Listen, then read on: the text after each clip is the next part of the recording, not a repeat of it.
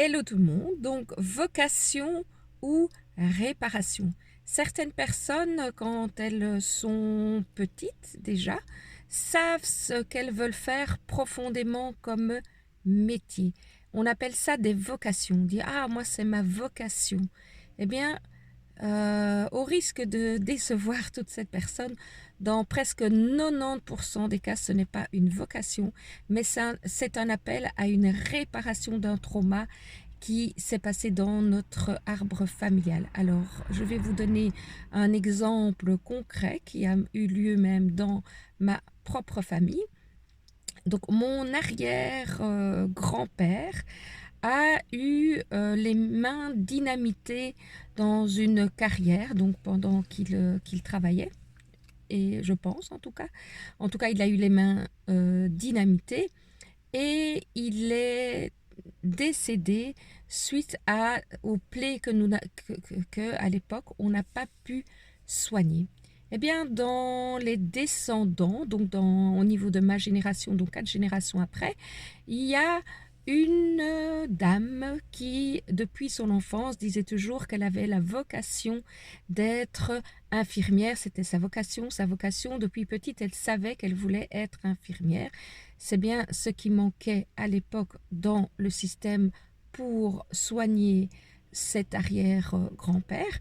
Et donc, là où c'est hyper intéressant, c'est que cette personne a été la première infirmière en soins de plaies, je crois, dans le Brabant wallon. Donc, c'est intéressant de voir que nous pouvons penser être sûr du métier que nous voulons faire, mais en fait, c'est une réparation du système. Alors, il n'y a pas que pour les vocations, mais c'est très, très interpellant dans les vocations et je fais la différence entre, voilà, se sentir attiré par tel métier au point où il n'y a aucun doute et une vocation dans un contexte religieux où on peut avoir entendu ou reçu l'appel de Dieu. Donc je fais une grande différence entre ces deux types de vocations. Donc ici, je parle bien d'un métier. Il y a plein de métiers de réparation, même si ce n'est pas forcément une vocation. Nous en parlerons dans une autre vidéo. Voilà, si dans votre vie, vous n'êtes pas libre du métier que vous faites et que vous dites c'est ça que je dois faire et c'est plus fort que moi. De toute façon, tout ce qui est plus fort que nous est généralement lié au transgénérationnel.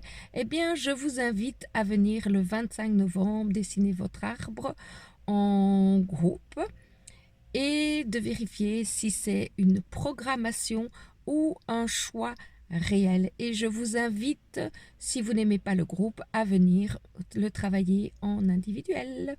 À très bientôt.